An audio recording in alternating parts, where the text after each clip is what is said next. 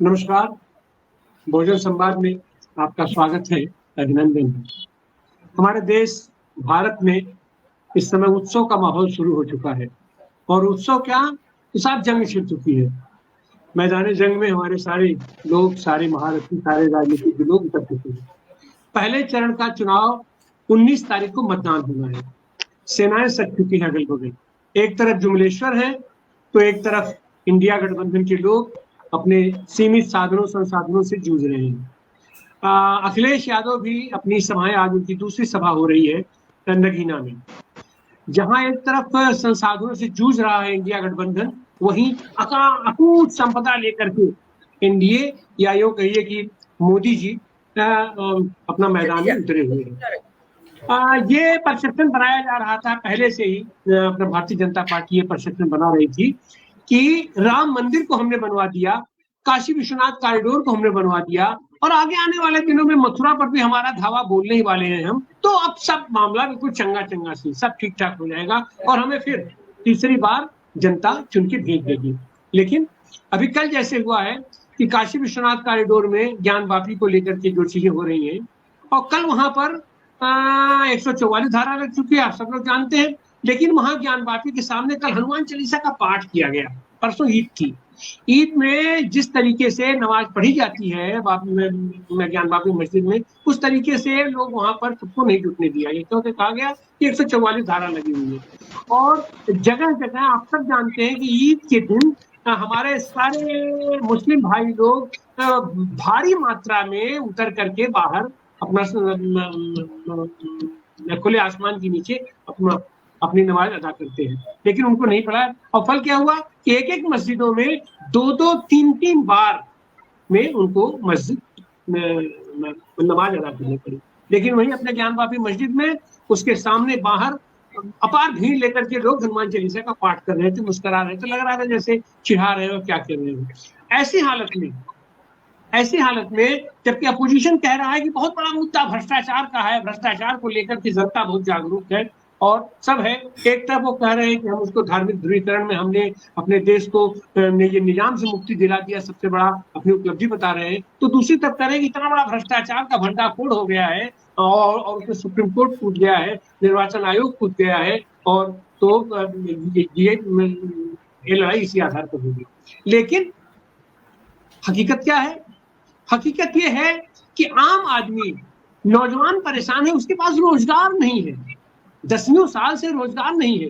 रोजगार के नाम पर जो मरने मिटने के लिए भारत के हमारे सारे युवा लोग तैयार रहते हैं, अपना सैनिक में भर्ती होती है, पुलिस में भर्ती होती है, वो सारी भर्तियां बंद है 10 साल से।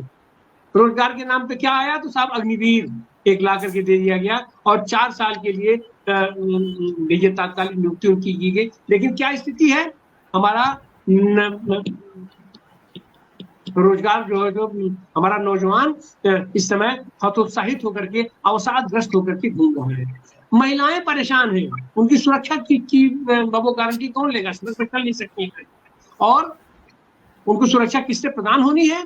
तो साथ साथ भाजपा के कार्यकर्ता खुला छोड़ दिए गए हैं अपने बियामान में कि जाओ चरो चौथो, जैसे चाहो वैसे एंजॉय करो। असली चीज ये है कि महंगाई चरम पर हो गई है। एक जमाना था कि अपना जो सिलेंडर लेकर के और तरह तरह से लोग भारतीय जनता पार्टी 2014 का पूरा चुनाव ही इसी पर लड़ी कि महंगाई से जनता परेशान है। उन्होंने अपना एक घोषणा पत्र दिया, घोषणा पत्र दिया कि हम आते ही अपने जादू की छड़ी घुमाएंगे और सारी महंगाई दूर हो जाएगी और देश बिल्कुल तरक्की के एकदम रामराज्य आ जाएगा। और अंततः क्या हुआ? 1 ही 2 साल बाद उन्हीं का जो चाणक्य थे आकर कहते हैं कि अरे वो तो चुनावी वादा था, वो तो जुमला था, जुमलों पर कोई विश्वास भरोसा थोड़ी किया जाता है। उसी तरीके की चीजें अब परिणाम ये हुआ कि घोषणा पत्र पर अगर विश्वास न किया जाए तो फिर किस पर विश्वास किया जाए? लेकिन इंडिया गठबंधन के, खास करके इंडिया गठबंधन के लोग, कांग्रेस के लोग हों, चाहे ये कम्युनिस्ट पार्टी हो, चाहे समाजवादी पार्टी हो, या जितने भी घटक दल हैं, वो लोग अपने डॉक्यूमेंट के साथ आ रहे हैं, अपने विजन डॉक्यूमेंट के साथ आ रहे हैं, अपने गारंटी कार्ड के साथ आ रहे हैं कि हम आपको ये हम देंगे। आज हम चर्चा करने जा रहे हैं कि असली चीज जिससे वाकई जनता परेशान है, देश परेशान है, देश का ये विकास दर अवरुद्ध हो गया है, वो है महंगाई।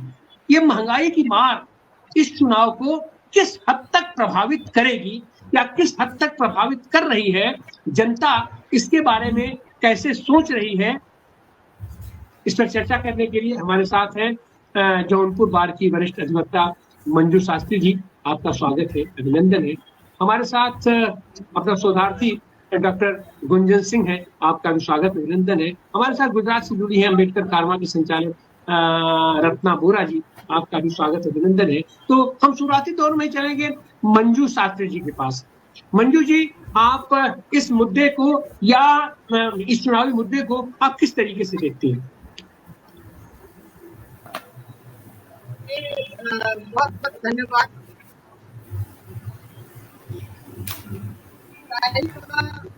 बहुत ही ज्वलंत मुद्दा है हम लोगों के सामने, क्योंकि जब ये सरकार नहीं थी सत्ता में, उस समय इसने वादा किया था कि हम महंगाई को सबसे पहले कम करेंगे।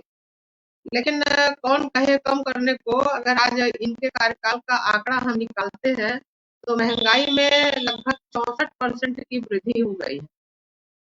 लेकिन इस महंगाई के मुद्दे पर लोगों का ध्यान न जाए, इसलिए ये बहुत ही नाटकीय ढंग से इसको ट्विस्ट करते हैं, धर्म की आड़ में ले जाके छिपा देते हैं, सांप्रदायिकता की आड़ में ले जाके छिपा देते हैं।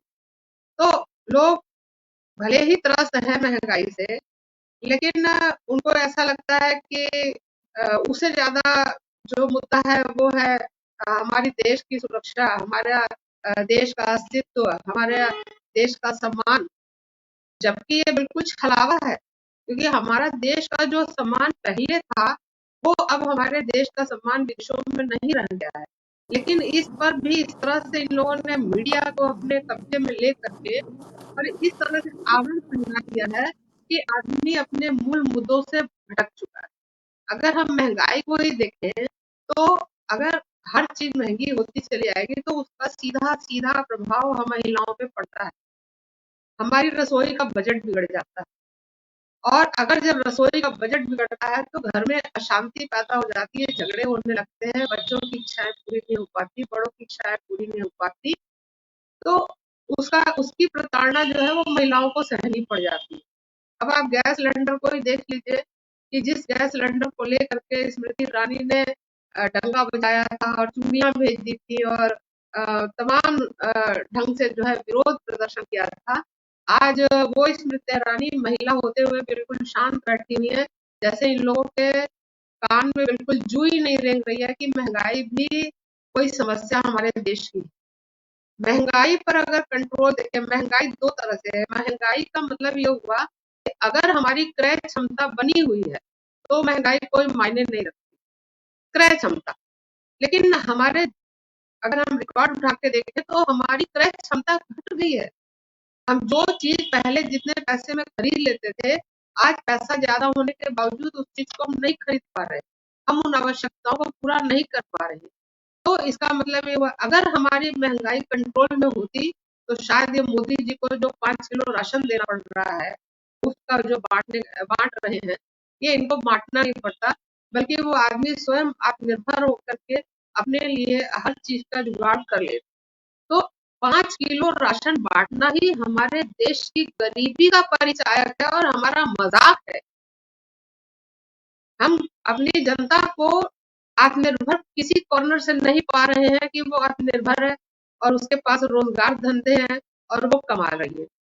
छोटे छोटे उद्योग धंधे व्यापारी भी इस महंगाई की मार से प्रभावित हैं।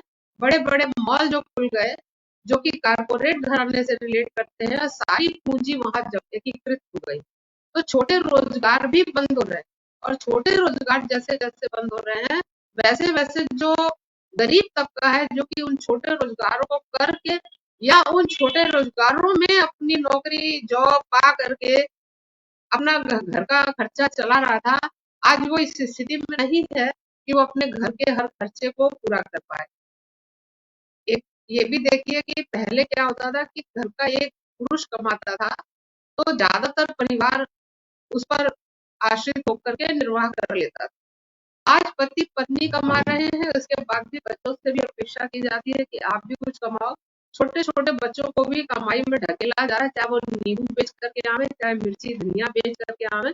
उसके बावजूद भी लोगों की जो इच्छाएं हैं या जो आवश्यकताएं, इच्छाएं क्या कहें, आवश्यकताएं पूरी नहीं हो पा रही। गरीब बच्चे हैं वो पढ़ नहीं पा रहे हैं केवल महंगाई की वजह से। और महंगाई में इस कदर छलांग लगाई है, इस कदर छलांग लगाई है। और ऐसा नहीं कि प्राइवेट सेक्टर ने महंगाई बढ़ाई है, बल्कि हमारी सरकार की योजना ही उस महंगाई को बढ़ाने में सहायक रही।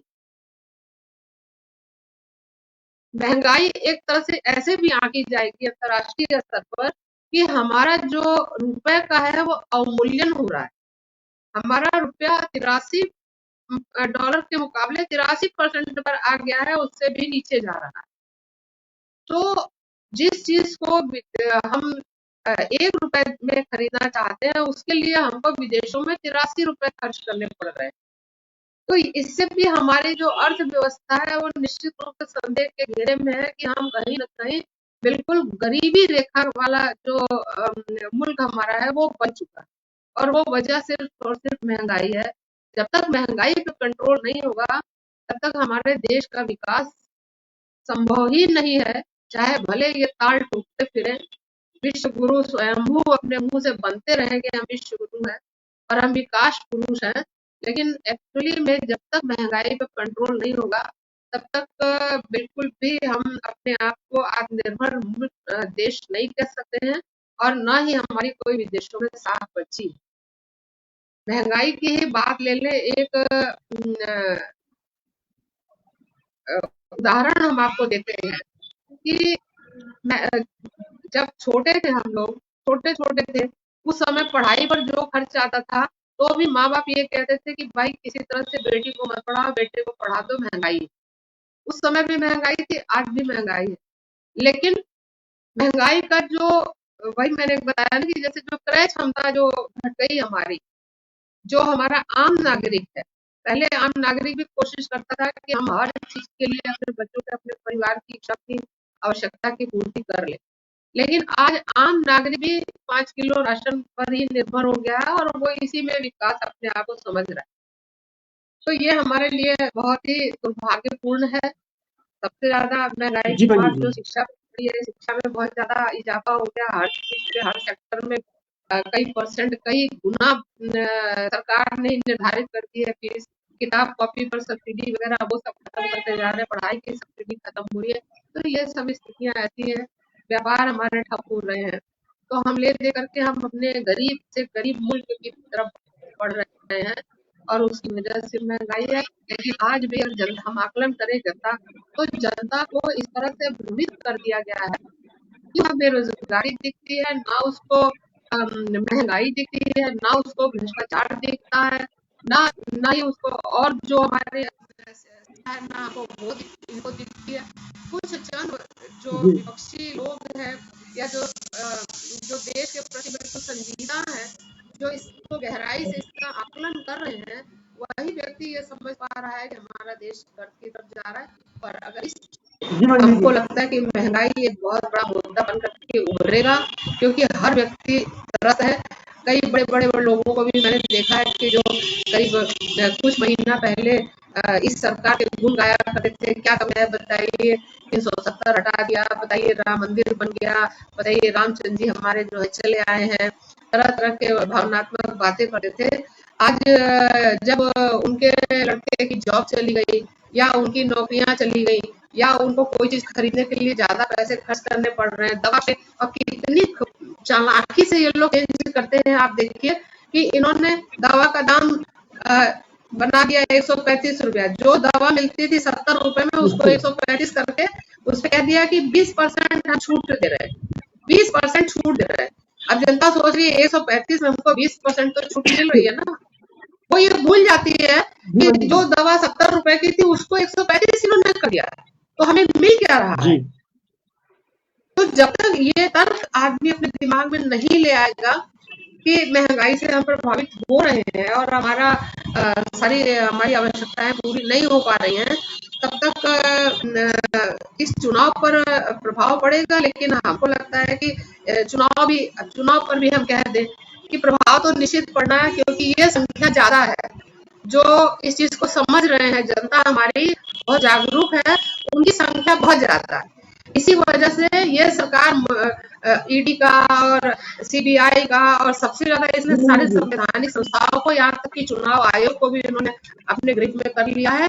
तो अगर ये कोई एडवर्स आता भी है, जैसा ये कहते हैं 400 पार, तो अगर कोई एडवर्स रिजल्ट जो जनमानस है के भावनाओं के विपरीत आता भी है, तो ये मान के आप चलिए कि वहाँ धांधली हुई है। निष्पक्षता से अगर चुनाव होगा तो ये महंगाई बहुत बड़ा मुद्दा हमारे चुनाव में जी के जी सामने मंजू जी, रहेगा। हम और निश्चित रूप से ऐसी बातों को हम आपके पास फिर आते हैं मंजू जी। जिनकी वजह से अब महंगाई की मार हमारा देश झेल रहा है। जी जी मंजू जी, हमारे पास फिर आते हैं। जाहिर सी बात है, महंगाई की उड़ान तो अपने परवान कर रही है। और हमारे साथ जुड़ चुके हैं आवाज साजिदा परवीन जी, आपका भी स्वागत है। और हमारे साथ जुड़ चुकी हैं विंग कमांडर अनुमा आचार्य जी। अनुमा आचार्य जी अभी वो चुनावी दौरे पर है। और ये महंगाई तो बढ़ ही रही है। और स्थिति यह है कि इनकी जीएसटी उसमें पूरा पंख लगा दे रही है। और ये तो उड़ने और ये महंगाई को एकदम पंख लगी उड़ाई, अपना महंगाई ये जो उड़ रही है उसको नियंत्रण करने के लिए विंग कमांडर अनुमा आचार्य जी इसको किस तरीके से देखती हैं, और इस पर क्या ये चुनावी मुद्दा में ये कितना प्रभावी हो पा रहा है? अनुमा आचार्य जी। जी, मैं अभी जो एक नया लोक नीति और सीएसडीएस का सर्वे आया है, उसमें बहुत साफ है कि लोगों के लिए उनके मुद्दे ही जरूरी हैं। उनको धार्मिक धर्मांधता के ऊपर वो वोट नहीं देंगे। इसके बारे में मैं कल से सुन रही हूँ, बल्कि और 3 दिन से ये सर्वे आया हुआ है। लेकिन मेन स्ट्रीम मीडिया के डिस्कोर्स से ये पूरी तरह गायब है। और मैं चूंकि अभी गांवों में जा रही हूँ, मेरे पीछे आप शायद देखेंगी एक महिला है, कम से कम वो 3-4 गुंड गगरा कहते हैं उसको, मतलब गगरियां 4 अपने हाथ में लेके पानी भरने जा रही हैं। यहाँ पर अधिकांश लोग, जिस जगह पर मैं हूँ, हरवाहे हैं। अब हरवाहे का अर्थ क्या है? ये बंधुआ मजदूर हैं, यानी कि इनकी 2 पीढ़ी पहले इनके परिवारों ने किसी से कर्ज लिया था और कर्ज वो चुका नहीं पाए, तो उसके बाद उनके खेतों पर इनको बंधुआ मजदूरी करना होती है। थोड़े बहुत पैसे मिलते हैं जिससे वो अपनी दाल रोटी चला सके, लेकिन पूरा परिवार, यानी कि बेटा, बहू, खुद महिला, उनके पति, ये सारे लोग वहां पर काम करते हैं और उसके एवज में इनको बहुत थोड़े पैसे मिलते हैं। बुरा हाल है। महंगाई की जो मार इन पर पड़ रही है, हम और आप सोच भी नहीं सकते, क्योंकि हम शहरों में रहते हैं और वहां पे जो महंगाई है उससे भी लोग परेशान है। लेकिन इनकी बेजारी ये देखिए कि जो परिवार के साथ इनको जुड़ना पड़ा है, उस परिवार को छोड़ भी नहीं सकते। फिर अपने घर की कोई शादी करते हैं, फिर किसी की डिलीवरी होती है, इनको उसी आदमी से फिर से कर्ज लेना पड़ता है। तो इनके सामने तो उम्मीद की कोई किरण भी नहीं है, और मैं देखकर आज बहुत व्यथित हो रही थी। एक और चीज है कि पहले महिलाएं अपने पास थोड़े थोड़े पैसे बचा के रख लेती थी, लेकिन जब से नोटबंदी हुई, उनका वो जो अपने पास सुरक्षित बहुत से पैसे रखने का और जरूरत पे काम निकाल कर देने का एक जो उनका काम होता था, वो उस पर भी अब तो एक तरह से अभी भी महिलाएं बचाती हैं, लेकिन बचा ही कहाँ पाती हैं, क्योंकि जो पैसे आते हैं, जैसे मुझसे पहले वक्ता जी थी, उन्होंने कहा कि क्रय शक्ति लोगों की नहीं है। आप भी देख रहे हैं, मैन्युफैक्चरिंग सेक्टर है, उसमें लगातार वो 13% की ग्रोथ बनी हुई है, जो पहले 18% पे होती थी। यानी कि जो मजदूरी है वो मेहनताना है, वो केवल आजकल किसानी जो है उसी के मजदूरों को मेहनताना मिलता है। तो हम लोग जो या तो शहर में रहते हैं या कस्बे में रहते हैं या मिडिल मतलब बी क्लास सिटी में रहते हैं, शायद उस वो हम इधर जो गांव अंचल है उनकी पीड़ा शायद ही समझ सकें। महंगाई की मार तो है, हर व्यक्ति कह रहा है कि जो गैस का सिलेंडर है वो महंगा है, पेट्रोल महंगा है, किसान बहुत परेशान है। इस बार आपने देखा होगा कि जो विपक्ष है उसने एक अपना जो हर वर्ग को लेते हुए घोषणा पत्र निकाला है, उसमें ये भी कहा है कि हम किसानों को टैक्स फ्री खेती करेंगे। क्योंकि आपको मैं बताऊं, जो कृषि के उपकरण है, जैसे बहुत सारे ऐसी चीजें हैं जिनके ऊपर 28% जीएसटी है। अब एक किसान जिसकी लागत इतनी बढ़ गई है, उसको एक किसान सम्मान निधि देकर वो सोचते हैं कि 6,000 रुपए में उसका जमीन खरीद लेंगे वो लोग, या उसके परिवार को बंधुआ बना लेंगे। तो वैसा नहीं होने वाला है। लोगों के अंदर बहुत ज्यादा कटुता है इस बात को लेके कि महंगाई से उनके परिवार का दम घुट रहा है। किसान है तो उसकी लागत बढ़ी हुई है, उतनी उसकी खेती से उसको कमाई नहीं होती है। इन सारी चीजों के मद्देनजर मैं समझती हूँ लोग बाग वोट देने वाले हैं। जो लोक नीति का सर्वे था उसमें केवल 2% लोगों ने ये कहा था कि वो धर्म के नाम पर वोट देंगे या हिंदुत्व के नाम पर वोट देंगे। उसमें 56% लोगों ने ये कहा था कि हमारा मुद्दा ये है कि महंगाई जो बढ़ी हुई है वो कम हो, हमारा मुद्दा रोजगार है, हमारा मुद्दा लगातार होता निजीकरण है जिसके कारण पैसे कम मिलते हैं और लोगों को काम ज्यादा करना पड़ता है। जैसे कि एक हमारे जो नारायण मूर्ति थे, उन्होंने कहा कि देश के लोगों को 70-75 घंटे काम करना चाहिए। भाई काम तो करें, लेकिन उस तरह से रोजगार कहाँ मिल रहा है। यहाँ तक कि मनरेगा जैसी चीज में भी, जिसमें 100 दिन का रोजगार कंपलसरी है, उसमें भी सरकार 49 और 50 दिनों का रोजगार दे पा रही है। तो ये सारी चीजें बहुत साफ बताती हैं कि किसी भी तरीके से लोगों के हाथ से पैसा छूट गया है, पैसा नहीं आ रहा है, और उसके बाद उन्हें बढ़ी हुई महंगाई में अपने घर का खर्च चलाना पड़ रहा है। और एक खास बात और जो आप सभी जानते हैं कि अब जैसे कोई चीज, जैसे किसानों की खाद ही है, पहले वो अगर उसमें 500 ग्राम आता था, 500 या 50 किलो की बोरी आती थी, अब 40 किलो की बोरी आती है, लेकिन दाम थोड़े से बढ़े हुए हैं। यानी कि इसी तरह ब्रेड देखेंगे, पहले अगर आपको वो 1000 ग्राम की ब्रेड होती थी, अब आपको 850 ग्राम की ब्रेड मिलती है। यानी कि जिन चीजों के दाम आपको बढ़े हुए नहीं लगते, वहां उसकी मात्रा कम कर दी गई है। सारी चीजें हैं, ये मुद्दे लोगों के इस लोकतंत्र में, इस चुनाव में सामने आएंगे। और अगर ये चुनाव ऑर्गेनिक तरीके से हुआ तो मैं नहीं मानती कि 400 पार जैसा कोई जुमला चलने वाला है। बामुश्किल 220 के आसपास सीटें भारतीय जनता पार्टी की आती हुई दिखती हैं। लेकिन बात यह है कि अगर ईवीएम के ऊपर फैसला आ जाता है और वीवीपैट से निकली हुई पर्ची आदमी को दी जाती है और वो उसे जाके एक बैलेट बॉक्स में डालता है और उसकी गिनती होती है, तो निस्संदेह भारतीय जनता पार्टी हार रही है, वो सरकार नहीं बना पाएगी। मेरा इतना ही कहना है और मुझे आपसे इजाजत भी लेना है, क्योंकि मुझे आगे और बहुत लोग इंतजार कर रहे हैं, तो उनसे मिलना भी है। अगर आप बुरा ना माने तो मैं आपसे इजाजत चाहती हूँ। जी अनुमा जी, बहुत बहुत आपका आभार। आप आई अपने व्यस्त क्षणों में से निकाल करके, और जुटे रहिए। जनता को तो कोई समय वो समझाने की ज्यादा जरूरत है। हमारे साथ कहकशा परवीन जी जुड़े हुए हैं। आप तो चूल्हे से लेकर के और ये पूरे आर्थिक संतुलन तक आप देखती हैं। भुगतान संतुलन ही बिगड़ गया हमारे देश का। हमारे देश में जब उत्पादन नहीं होगा, जब हम देश से कुछ बाहर भेजेंगे नहीं, केवल और केवल बाहर से अंदर ला करके खाली हम उसका उपभोग करते रहेंगे, तो फिर कहाँ हम ये क्या स्थिति पड़ेगी। तो ऐसी हालत में ये जो भुगतान संतुलन हमारा बिगड़ रहा है और सरकार उसके लिए कुछ नहीं कर रही है, कर्ज पर कर्ज लेती जा रही है, कर्ज का ब्याज अदा करने के लिए फिर कर्ज ले रही है। और वो कर्ज लेके कर क्या रही है साहब, कि अपने यहाँ सारे पूंजीपतियों के कर्जे उनको दे दे करके उनका कर्जा माफ कर रही है। तो एक तरीके से पूरी आर्थिक ये विस्थापन की स्थिति हमारे देश में पैदा हो गई है। इन सारे संदर्भों में आप कैसे देखती हैं इस पूरी चुनावी प्रक्रिया में, और इसमें महंगाई का खास करके क्या भूमिका रहेगी, क्या कैसा बनेगी? जी बहुत बहुत शुक्रिया आनंद जी, और सभी को मेरा नमस्कार, ईद मुबारक। और लगातार संघर्ष, हम लोग एक से एक मुद्दे पर संघर्ष करते हुए आज एक नए मुद्दे पर हम संघर्ष फिर से कर रहे हैं। मैं मानती हूँ कि महंगाई का अगर हम सही रूप देखें तो महंगाई का रिश्ता सबसे ज्यादा हिंसा से है, बहुत गहरा रिश्ता है हिंसा से। महंगाई तो है ही, लेकिन विभिन्न प्रकार के जो हिंसा हमारे बीच में घटित हो रहे हैं, उसमें महंगाई भी एक बहुत बड़ा रोल अदा कर रहा है। अगर हम घरेलू ही हिंसा को देख ले तो किस तरह से हम सब जानते हैं कि महिलाएं चाहे कमाने वाली हो या नॉन अर्निंग हो या अर्निंग हो, मुखिया तो नहीं बन पा रही है घर की, कि वो पूरा डिसीजन ले रही है और पैसे का कैसे लेन देन हो, पैसा कहाँ खर्च हो, ये अभी भी 90%, 80 से 90% महिलाओं के हाथ में नहीं है। तो हम शुरू करेंगे अपनी बात।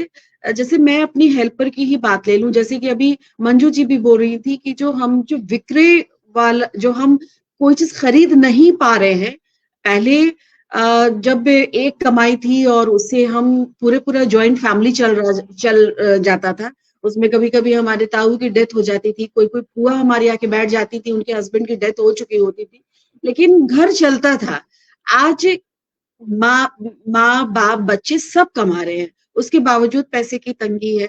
तो वो भी हम पूरा ग्लोबलाइजेशन का उसको एक रूप दे रहे हैं कि लोगों के अंदर कितना हवस बढ़ गया है, जिनके पास पैसे आ रहे हैं उनके बीच में कितनी हवस है, और एक चीज लेने के बाद दूसरी चीज की कैसी ख्वाहिशें बढ़ रही है, वो एक अलग मुद्दा है। लेकिन अगर हम आम इंसान की बात करें तो हम सबसे पहले अपनी हेल्पर का मिसाल लेंगे कि मेरी हेल्पर बताती है कि 4-5 साल से उसने कभी सब्जी नहीं खाई है। हमसे हमेशा उसकी बातचीत करते हैं कि तुम जो पैसा कमाती हो कितना तुमको हो जाता है, पति तुम्हारा कितना कंट्रीब्यूट करता है, तुम क्या खाती हो सुबह से रात तक।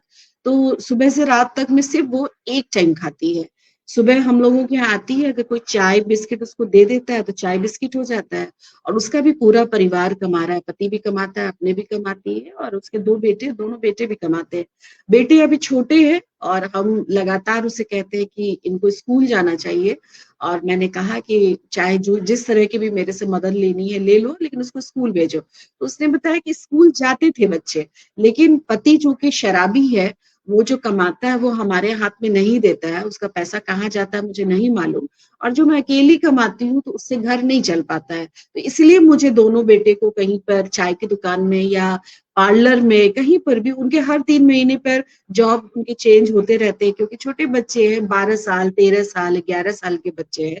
तो वो जो एक जॉब जो हम करते हैं तो पूरे नियम के साथ करते हैं, 8 घंटे में जो मन लगता है, जाहिर सी बात है वो बच्चे, उनका मन नहीं लगता है, और वो काम के दौरान खेल में निकल जाते हैं या दूसरे तरफ भटक जाते हैं, या किसी दिन नहीं गए तो मालिक उनको हमेशा निकाल देता है। तो वो बीच में काफी एनीमिक हो गई थी और उसको खून की पूरी कमी थी। तो क्योंकि पति मारता पीटता भी बहुत है, जिस जिस दिन शराब पी करके आता तो उसको बहुत पीटता है। तो मेरी लगातार उससे बातचीत होती है इन्हीं सब मुद्दों पे कि तुम खाने अच्छे से लो, सब्जी खाया करो। तो वो उसने कहा कि हम करीब 4-5 साल से जब लखनऊ शहर में जो है तो हम सब्जी नहीं खाते हैं। हम लोग वो आलू लाते हैं जब रात हो जाती है, और सब्जी वाला जो आलू फेंकता है, जो आलू, तो वो आलू में से चुन करके हम आलू लाते हैं, तो मेरी दूसरे दिन की सब्जी बनती है।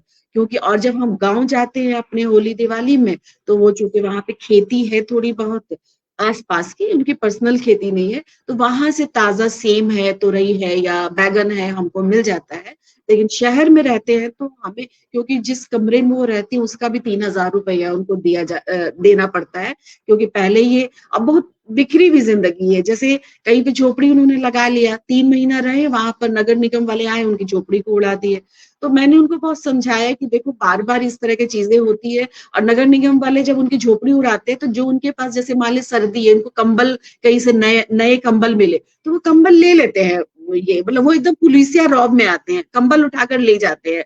अगर कुर्सी किसी ने इनको दे दिया बैठने के लिए तो वो कुर्सी उठा करके ले जाते हैं। उनका खाना अगर पका हुआ है तो पूरा खाना उठा लेते हैं, इसी बहाने उनको पका पकाया खाना मिल गया। तो इस तरह, तो हम यही बता रहे हैं कि अगर महंगाई कम हो थोड़ा, तो थोड़े वो व्यवस्थित कमरे ले लें जहां पे वो ताला लगा करके आ सकते। तो ये जो मैंने इतनी सारी बातें बताई, तो ये एक आम जनता का दर्द है। क्योंकि हमारे भारत में सिर्फ जो बिल्डिंग या अंबानी की बात आपने कही, वैसे सिर्फ 1% या आधे प्रतिशत वैसे ही लोग हैं। तो हम जिनकी बात कर रहे हैं, जो सच्चाई हमारे देश की है, वो यही सच्चाई है जिसको हम सब नकार देते हैं। हम कहते हैं कि इतने अपार्टमेंट्स बन गए, कहाँ गरीबी है भाई, कोरोना काल हुआ, इतने की नौकरी गई, लेकिन ऐसा तो नहीं कि गाड़ी बिकनी बंद नहीं हुई, ऐसा तो नहीं हुआ कि इलेक्ट्रॉनिक्स चीजें नहीं मिलनी बंद हुई, और अभी तो दिवाली में रिकॉर्ड तोड़ सोना भी बिका है।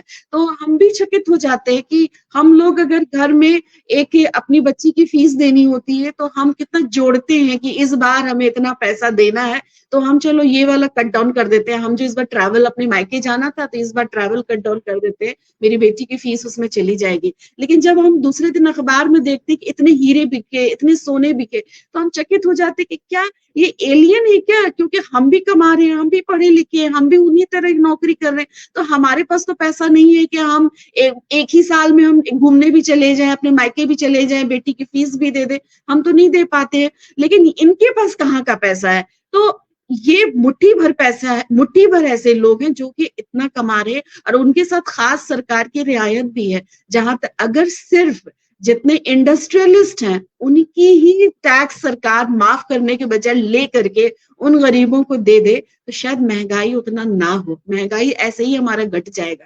भाई अभी जो हम लोग लगातार 5 साल 10 साल से देख रहे हैं, अडानी जी की ये टैक्स को माफ कर दिया गया, अंबानी जी का टैक्स माफ कर दिया गया, तो सरकार क्या कर रही है? गरीब को गरीब ही तो बना रही है। तो हमने जब अपने हेल्पर से बात शुरू किया, तो वहीं से मैं अपनी बात फिर कंटिन्यू करूंगी कि होली में उसने कहा था कि मुझे कपड़ा नहीं चाहिए भाभी, हमें कोई सामान दे देना, चाहे कुकर दे दो, चाहे पतीली दे दो। तो मैंने एक सामान उसको दे दिया था, लेकिन मैं उससे रोज पूछ रही थी कि तुम्हारे कपड़े बने क्या, तुम्हारे कपड़े बने क्या? तो नहीं कल बना लेंगे, फलानी बोली है देने के लिए, वो देंगी तो बना लेंगे। करते करते होली आ गया, होली के एक दिन पहले, लेकिन उसके कपड़े नहीं बने थे। तो मुझे बहुत दया आई कि ये महिला ही पूरा पैसा लेके हर जगह से पूरे दिन खटती है, लेके घर पर जाती है, और सबके सब कुछ किसी न किसी तरह हो ही जाता है, इसके ही कपड़े नहीं हुए। तो मैंने उसको होली से एक दिन पहले 1000 रुपया दिया, और मैंने कहा कि जाओ चुपचाप साड़ी खरीद लेना, किसी को बताना मत, क्योंकि अपार्टमेंट में ये भी हंगामा हो जाता है कि ये रेट खराब कर रही हैं, फिर बाकी जगह के लोगों के बोलते हैं कि हम लोगों को भी देना पड़ेगा। तो मैंने कहा तुम किसी को बताना मत, जाओ एक साड़ी खरीद लेना। ये गई यहाँ से लेकर के, शाम जब आई तो मैं इंतजार बहुत बेसब्री से कर रही थी कि ये खुश होके आएगी कि मैंने एक साड़ी खरीदे। आई, बोली कि मेरे पति, जैसे मैं यहाँ से पैसा ले गई मेरे पति ने छीन लिया, और उसी पैसे का उसने शराब खरीदा, शराब पी करके खूब पीटा उसको, और उसने कहा कि अच्छा तुम साड़ी खरीदेगी और हम यहाँ, मतलब उसका जैसे नहीं कहता कि हम भूखे हैं और तुम साड़ी खरीदोगी, हमारा शराब 2 दिन से नहीं हुआ और तुम नई साड़ी पहनोगी, नई धोती पहनोगी। तो मेरे दुख का वो पैमाना क्या होगा आप लोग सोच सकते हैं कि मैं चाहती थी कि होली के दिन उसके चेहरे पे मैं मुस्कान देखूं, लेकिन वो मुस्कान उसको नहीं मिला। मैं और उससे आगे मैं क्या कर सकती थी, क्योंकि मैं खुद ही गरीब के लिस्ट में हूँ, तो मैं और उसके लिए क्या कर सकती थी। लेकिन इस तरह के हालात हमारे देश के हैं, और ये शायद लोग ना समझे कि कैसे महंगाई का डायरेक्ट हिंसा किस तरह से है हमारे देश में। दूसरी बात मैं ये बोलूंगी कि जहां तक सरकार, ईवीएम और इलेक्शन, ये जो मुद्दे हैं, तो एक वर्ग हमारे पास ऐसा भी है कि जहां पर अभी मंजू दीदी और बाकी लोग ये कह रहे हैं कि क्रय क्षमता हमारी खत्म हो गई है। सही है कि क्रय क्षमता खत्म हो गई है हमारी, लेकिन बहुत सारे लोग जिनकी क्रय क्षमता है, जिनको सरकारी नौकरी में है, चाहे जैसे भी उनके पास पैसे आ रहे हैं, तो उनकी निर्णय क्षमता खत्म हो गई। क्रय क्षमता तो छोड़ दीजिए, निर्णय क्षमता खत्म हो गई है। वो सिर्फ इतना देख रहे हैं कि मेरा पति तो घर ले आ रहा है सामान। उनकी भी हिंसा, मैं ये नहीं कहती कि वो बहुत खुश है, लेकिन शायद वो हिंसा को वो समझ ही नहीं पा रही है कि उनके साथ किस प्रकार की हिंसा हो रही है। और दूसरे जो समाज में हिंसा हो रही है, और जो दिल हमें चाहिए दूसरे का दर्द फील करने के लिए, शायद उनको वो तालीम नहीं मिली। ऐसा नहीं है कि अगर उनको अच्छी तालीम मिलती, वो अच्छे जो सो कॉल्ड ऐसे लोगों के बीच में बैठती जहाँ पे डिस्कशन होता, जो हमारे घर में सुबह से शाम जिस तरह के डिस्कशन होते हैं, हमने भी तो अपने परिवार से ही सीखा ना, हम बाहर से तो नहीं सीख पाए। और दिल भी ऐसा होता है कि हम किसी का दर्द समझे, तो वो क्षमता उनकी विकसित नहीं हुई है कि दूसरे का दर्द क्या होता है।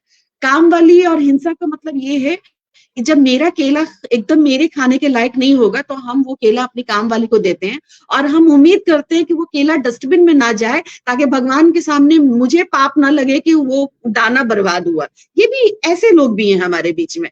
तो उनका एक बार मेरा ऐसे डिस्कशन उनसे चल रहा था महंगाई पे, सरकार पे, और हम कह रहे थे नौकरी सबको चाहिए, ऑफ कोर्स नौकरी चाहिए, लेकिन नौकरी के पैमाने ये है कि जो बच्चे जितने इंटेलिजेंट होते हैं, मेहनत करते हैं, वो नौकरी उनको मिल जाती है। यानी हम मेहनत करते हैं, हमारे बच्चे पढ़ते हैं, तो उनको नौकरी मिलती है। उससे सरकार का कोई रिश्ता नहीं है। उनको ये मालूम नहीं है कि नौकरी है ही नहीं। अगर 5 लाख बच्चे कहीं पर अपेयर हो रहे हैं, वहां पे 1000 नौकरी है, तो बाकी जो 4,99,000 बच्चे हैं वो कहाँ पर पाएंगे? भाई 1% को अगर मान लिया 1000 नौकरी है, 5 लाख बच्चे में तो 1,000 को तो नौकरी मिली। अब वो बच्चे हैं जिन्होंने बहुत अच्छे स्कूल से पढ़ा है, बहुत अच्छी एजुकेशन ली है, लेकिन वो नौकरी नहीं ले पा रहे हैं। तो हम जो सिलेक्शन ऑफ गवर्नमेंट करते हैं, सिलेक्शन जब हम वोट की जब राइट को हम इस्तेमाल करते हैं, तो अगर ये भूमिका को हम नहीं समझेंगे तो हम कैसे अपने मन का सरकार लाएंगे। मेरी एक बात चल रही थी नौकरी और इस पर और सरकार के बीच में, तो सो कॉल्ड जो मिडिल क्लास है और उनको पेट्रोल अगर 200 रुपए लीटर भी हो जाए, तो ये है कि 200 लीटर महंगा है, ये उनको है एहसास, लेकिन 200 रुपए देने में उनका बटुआ से दिल नहीं दुख रहा है, क्योंकि उनके पास ऊपरी पैसे हैं। अगर 50,000, 60,000, 70,000 उनकी सैलरी है, तो उससे दुगना उनके पास अलग से भी वो पैसे आ रहे हैं, इसलिए उनको पैसे की कद्र भी नहीं मालूम है। तो वो एक बार ऐसी बातचीत चल रही थी, तो उन्होंने कहा कि देखिए सरकार तो इसी को आनी चाहिए। हम लोग क्यों ऐसा आप क्यों कहती हैं? क्योंकि 10 साल से ये सरकार चल रही है, हमें सरकार हर हाल में बदलनी चाहिए, क्योंकि बहुत सारे मुद्दे हैं जो हर सरकार हर मुद्दे पर उनकी नजर नहीं जाती है। हम बीच की भाषा हमने इस्तेमाल किया और हमने कहा कि हर सरकार की हर तरफ नजर नहीं जाती, इसलिए हमें बदलते रहना चाहिए, ताकि एक ने दक्षिण देखा तो अब कोई आएगा तो वो उत्तर देखेगा, कोई पश्चिम देखा तो अब कोई पूर्व देखेगा। तो उन्होंने कहा कि नहीं, ये सरकार को तो कम से कम 20 साल और रहना चाहिए। हमारे राम को घर इसी सरकार ने दिया है। तो हमने पूछा, क्या राम को घर की जरूरत थी क्या राम को घर हम देंगे कि राम हमको घर देंगे? हमने ऐसे पूछा। बहुत बिगड़ गई मेरे ऊपर, बहुत ज्यादा। और उन्होंने कहा कि देखिए आप राम को मानते ही नहीं, इसलिए आप इस चीज को नहीं समझ पाएंगी। और इत्तेफाक से वो लोग थे जिनका उड़ीसा से ट्रांसफर होकर के वो अभी हाल में आई हैं यूपी में। तो उन्होंने कहा कि ये तो मैं भाग्यशाली हूँ कि जब राम मंदिर की स्थापना होना था तभी मुझे यूपी स्टेट मिला।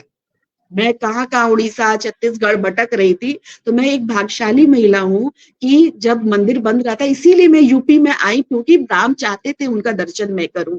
तो अब आप बताइए कि उनसे महंगाई का मुद्दा बात करना, हिंसा का मुद्दा बात करना, वोट की बात करना, कैसे बात की जाएगी अगर आपकी मेंटालिटी ये है?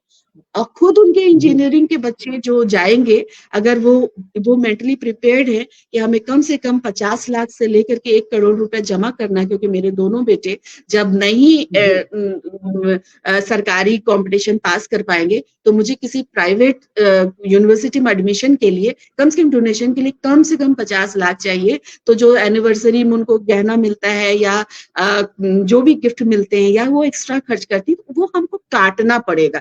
तो लेकिन ये पैसा क्यों काटना पड़ेगा और क्यों सरकारी नहीं होगा? क्यों सरकार बदलनी चाहिए? और महंगाई का रिश्ता, फिर तो अगर गहने में कटौती होती है या घूमने में कटौती होती है, तो वो किसकी कटौती हो रही है? वो महिला की कटौती हो रही है। पुरुष को जो करना वो भाई हमारी हेल्पर का पति ने छीन के पी लिया कि मैं शराब नहीं पी रहा और तुम नई धोती पहनोगी। तो ये रिश्ते को लोग नहीं समझ पा रहे हैं कि ये रिश्ता महंगाई, हिंसा और सरकार, इस 3 रिश्ते क्या है ये नहीं समझ पा रहे हैं। तो मैं कुल मिला के यही कहूंगी कि अभी भी हम लोगों को बहुत काम करने की जरूरत है और हिंसा, रिश्ता, वोट सबको समझने की जरूरत है।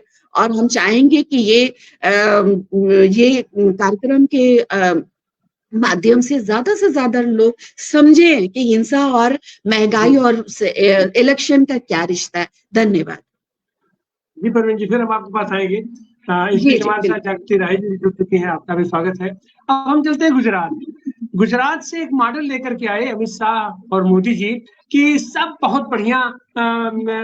ये हम गुजरात के मॉडल से हम पूरा विस्तार करेंगे, पूरा विकास करेंगे देश का। और उस मॉडल को हम कम से कम बनारस में देख रहे हैं। वो मॉडल क्या है साहब कि सरकार के पास कितना ज्यादा धन आ जाना चाहिए और उस धन का हम कहाँ क्या वितरण कर रहे हैं, वो धन वापस जनता के पास नहीं जाना चाहिए। वो धन हमारे कुछ मित्रों के पास जाना चाहिए, ताकि वो ये कागज पर हम दिखा सके कि हमारी ग्रोथ हो गई, कैसे हो गई, क्या हो गई। अब मैं बताऊं बनारस की, अभी आपने कहा कि शराब उसको साड़ी आए चाहे ना आए, दारू उसको जरूर मिलना चाहिए। बनारस की स्थिति यह है कि एक घोषित नियम है कि कोई भी मंदिर हो, कोई भी विद्यालय हो, उससे 200 मीटर के दायरे में कोई वो शराब की दुकान नहीं खुलेगी। लेकिन बनारस की स्थिति यह है कि कोई गली, कोई मोहल्ला ऐसा नहीं बचा हुआ है। तमाम प्रमुख चौराहों के चारों तरफ आप उठा करके देखिए तो वहां वो शराब की दुकानें खुल गई हैं। और अब तो ये भी हद हो गई कि चुनाव आचार संहिता लागू हो जाने के बाद जबकि कोई नई जो दुकान का वो नहीं खोला जा सकता, तो जहां कहीं भी दुकानों को लाइसेंस रहा है, दुकानें नहीं है, वहीं बगल में उसको बाकायदे वहां बैठ करके पीने की भी व्यवस्था हो गई है। और पूरे बनारस में, और हम समझते हैं कि ये तो मॉडल है बनारस, और ये पूरे देश की स्थिति ये है क्योंकि सबसे ज्यादा रेवेन्यू शराब से ही आता है, दारू से आता है। और शराब कांड को लेकर के दिल्ली की सरकार को या एक पूरी सरकार को इस जेल में बंद किया जा रहा है। अच्छा, जबकि उसी सरकार के उसी शराब वो माफिया से पैसा लेकर के, अकूत पैसा लेकर के 55 करोड़ सीधे सीधे अपने यहाँ उसका घुस लेकर के, दलाली लेकर के। तो इस स्थिति में यह जो महंगाई का मापदंड है लोगों का, ये सरकार का यह भी कहना है कि अगर महंगाई होती तो लोग इतना शराब कैसे पीते, इतना रेवेन्यू कैसे आता जनता के पास, सरकार के पास। तो इन सारे संदर्भों में हम चाहेंगे कि गुजरात से हमारी जुड़ी हुई है ये रत्ना बोरा जी, उनको व्यापक अनुभव वहां का भी है, अपने देश का भी अनुभव है, तो अपनी इस पर टिप्पणी रखें। रत्ना बोरा जी। जी आनंद प्रकाश जी, बहुत बहुत शुक्रिया। आज की इस डिबेट पे मुझे आपने आमंत्रित किया है और विषय बहुत ही रोचक है और खास करके महिलाओं से जुड़ा हुआ विषय है। इसमें जो आपने लिखा है कि भी महंगाई की मार 2024, तो हम सब महिलाएं हैं और हमें मालूम है कि घर का बजट कैसे संभालना पड़ता है और कैसे घर चलाना पड़ता है, चाहे घर के 2 व्यक्ति कमा रहे हो या बच्चे भी साथ में कमा रहे हो। जैसे कहकशां परवीन जी ने बताया कि फिर भी आज की तारीख में बहुत मुश्किल हो रहा है। और मैं आज एक आपको जो थोड़ी राजनीतिक बात करूं तो 2014 से पहले जब नरेंद्र मोदी जी गुजरात में चीफ मिनिस्टर थे और यहाँ पर उनका मतलब प्रधानमंत्री के तौर पे अभी नहीं बने थे, तब बड़े जोर शोर से अपने भाषणों में कहते थे कि बहुत हुई महंगाई की मार, अब की बार मोदी सरकार। और भाषणों में वो ये भी कहा करते थे कि ये जो कांग्रेस के प्रधानमंत्री है वो महंगाई का म बोलने को तैयार नहीं है, महंगाई का म बोलने को तैयार नहीं है। और इसी बात को उन्होंने और आगे बढ़ाते वो कहते थे कि घर का चूल्हा नहीं जलता है, बच्चे भूखे सो जाते हैं, माँ भी रोते रोते, बच्चे रोते रोते सोते हैं और माँ भी मतलब आंसू पी के सो जाती है, ये इनका नसीब है। और इस तरह की बहुत ही लच्छेदार और बहुत ज्यादा कहते हैं ना कि मतलब बहुत फंसाने वाली भाषा में, लच्छेदार भाषा में वो सारे के सारे आवाम को, जनता को अपनी बातों में फंसा के उन्होंने 2014 में सत्ता में आए। अब जब 2014 से पहले यदि आपको मैं याद दिला दूं तो गैस के सिलेंडर के ऊपर अगर 10 रुपया भी बढ़ जाता था तो इन्हीं की स्मृति ईरानी जो फिलहाल इनके यहाँ पे कैबिनेट मिनिस्ट्री रह चुकी है, अब कैबिनेट मिनिस्टर है, वो सिलेंडर लेके सड़कों पे बैठ जाती थी और खूब इनका मतलब प्रदर्शन, आंदोलन, रैली, धरना ये सब करता था, चक्का जाम कर देते थे। पर आज आप देखिए 2014 से पहले सिलेंडर का भाव था सिर्फ 410 रुपया और अभी ये 900 के पार भी हो गया था। इसके बाद पेट्रोल का भाव सिर्फ 71 रुपए था, अब ये 95 को भी और सेंचुरी को भी पार कर गया। फिर डीजल का भाव सिर्फ 57 रुपए था, अब ये 87 रुपए और उससे आगे बढ़ गया। अब टमाटर हमने सबने देखा है कि 200 रुपए के भी पार जा चुका था, फिर अदरक भी 400 रुपए के पार जा चुका था। और 2014 से पहले डॉलर की कीमत सिर्फ 55 रुपए थी, अभी ये डॉलर की कीमत हो गई है 83.36। तो इतना ज्यादा मतलब हमारा पैसा भी गिर गया है। और आप समझ सकते हैं कि जैसे ही पैसा गिरता है तो महंगाई बढ़ती बढ़ती और बढ़ती है। तो यहाँ पर जब से मोदी सरकार आई है तो घर का जो गृहस्थी है वो उसका जो बजट है वो डामाडोल हो चुका है।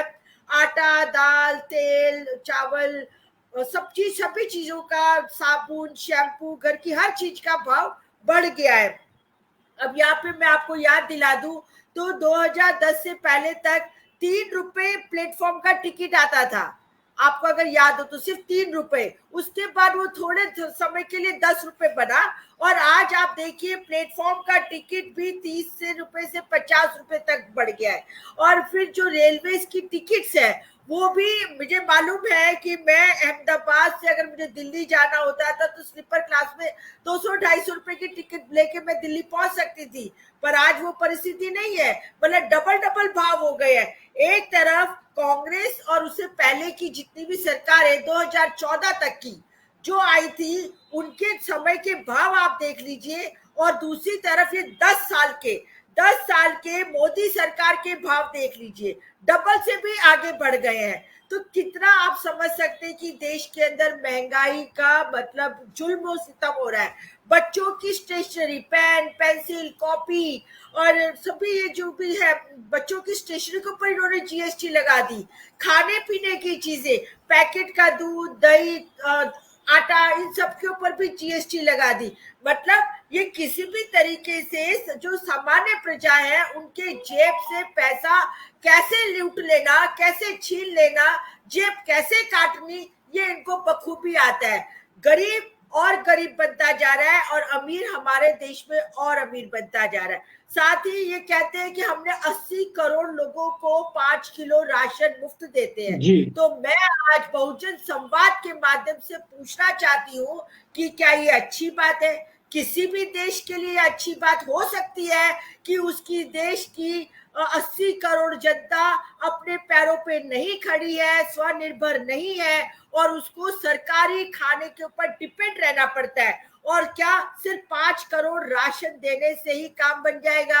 आज यहाँ पे शिक्षा कितनी महंगी हो गई है, यहाँ पे हायर एजुकेशन है। आज किसी को डॉक्टर इंजीनियर बनना है तो 25 लाख, 35 लाख, 50 लाख तक का एक परिवार को इन्वेस्ट करना पड़ता है। अरे सामान्य ग्रेजुएशन की डिग्री भी लेनी हो तो सेल्फ फाइनेंस के कॉलेज के अलावा बाकी सारे कॉलेज तो उन्होंने बंद कर दिए हैं या बंद होते जा रहे हैं और वहां पे जगह मिलती नहीं है। तो एक सामान्य डिग्री लेनी हो, अगर आर्ट्स के कॉलेज में भी डिग्री लेनी हो तो भी 8 लाख, 10 लाख, 16 लाख, ये लोग 4 साल करके डिग्री कर दी। हमारे टाइम पे सिर्फ 3 साल की डिग्री थी, अब इन्होंने 4 साल की डिग्री कर दी। और उसमें भी आप समझ सकते हैं कि 1 साल में 4 लाख तो 4 साल में 16 लाख पे एक ग्रेजुएशन का ग्रेजुएट करके स्टूडेंट निकलता है। तो कहने का मतलब जब से मोदी सरकार आई है, ये मोदी सरकार पब्लिक के लिए नहीं परंतु कॉर्पोरेट की सरकार है,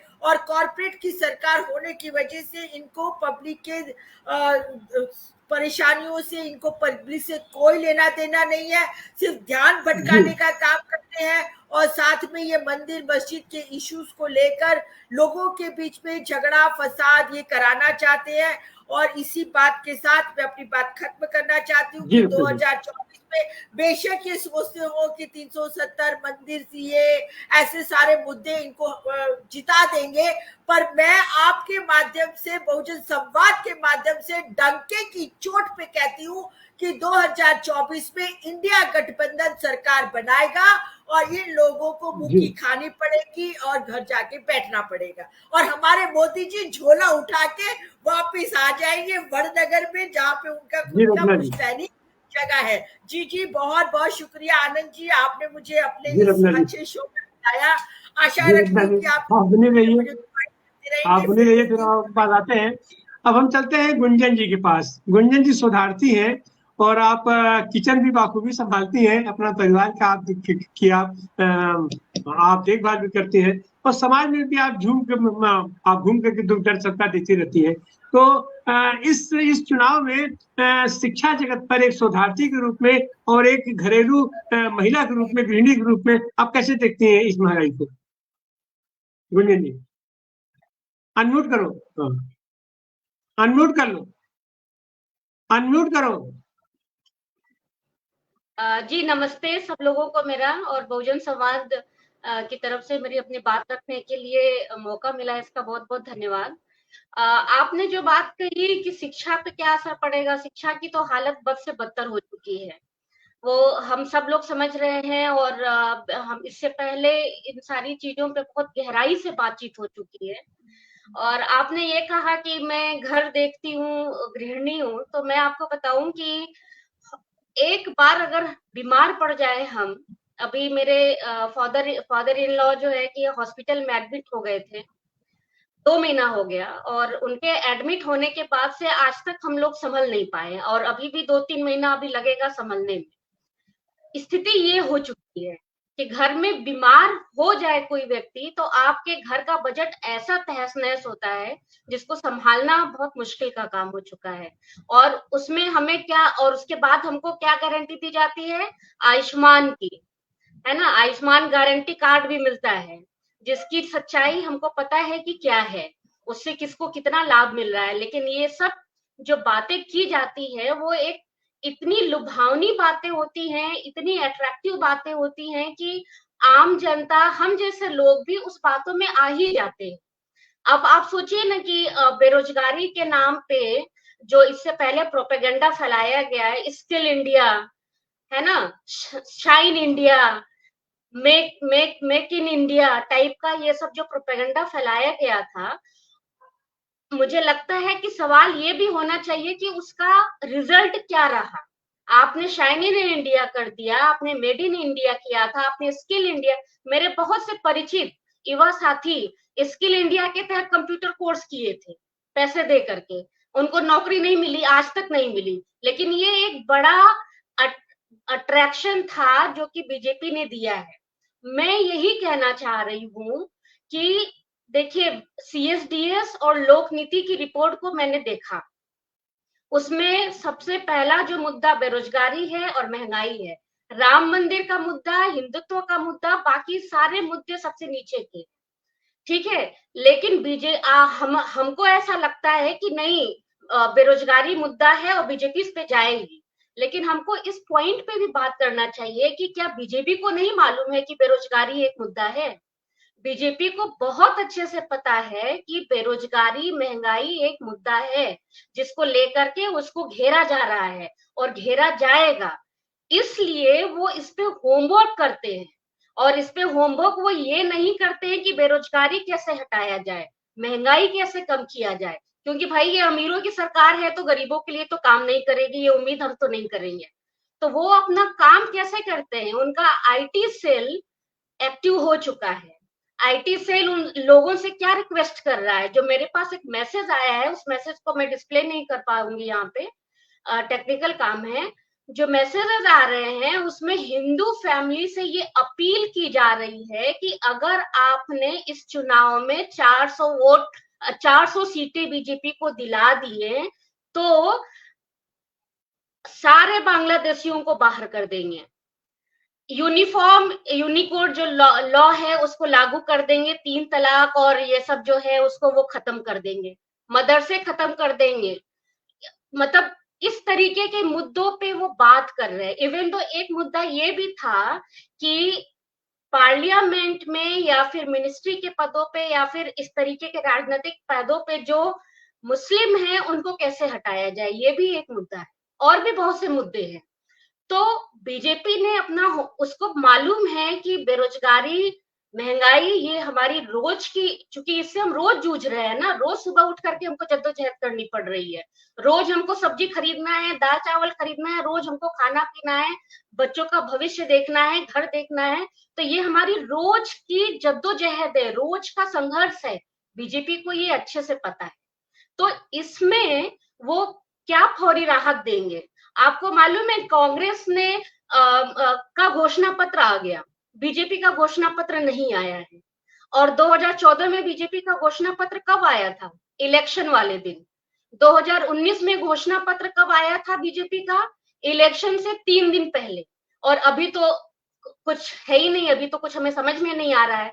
लेकिन एक काम वो जो लगातार कर रहे हैं, आपको पता होगा कि 17 सितंबर 2023 को पीएम मोदी ने एक योजना लागू की थी, है ना, पीएम विश्वकर्मा योजना, जिसके तहत उन्होंने कहा था कि जो स्किल लोग हैं, जो कामगार तबके के लोग हैं, उनको हम कुछ रोजगार देंगे, उनके लिए कुछ गारंटी करेंगे। और उसमें नियम ये है कि आप ट्रेनिंग करेंगे तो ट्रेनिंग के दौरान आपको 15,000 रुपए मिलेंगे। उसके बाद आप जो कुछ भी बिजनेस करेंगे उसके लिए आपको 1 लाख रुपए मिलेंगे। ये फॉर्म अभी भरा जा रहा है, अभी ये उनके लोग चारों तरफ जाकर के ये फॉर्म भर रहे हैं। और लोगों से ये कह रहे हैं कि जैसे ही आचार संहिता खत्म होगी वो इसको लागू कर देंगे और आपके अकाउंट में पैसे आ जाएंगे। बहुत से लोगों जी ने हमारे गुंजन, अगल बगल फॉर्म को भरा है।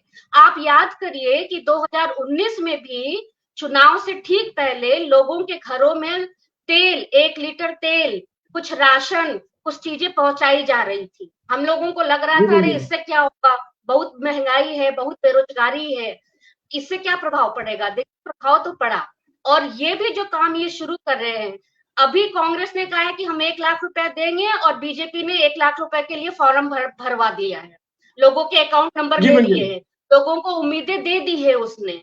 तो बीजेपी का जो धूर्तता है, उसकी जो चालाकियां है, इकोनॉमिक डिस्ट्रेस करने का जो तरीका जी है, गुंजन, वो सीखना पड़ेगा। वो नहीं पता है लोगों को, जिसकी वजह जी से गुंजन, महंगाई, बेरोजगारी मेन मुद्दा होते हुए भी अपील नहीं कर पा रहे हैं। एसडीएस की रिपोर्ट हमें बहुत आशा दे रही है, लेकिन पिछले जो कुछ चीजें हुए हैं उसके आधार पे ये आशा कितना मतलब जी खरी गुंजन, उतरती है, ये हमको देखना होगा। जी गुंजन, और थोड़ा सा ये जागृति राय का वर्जन ले लें।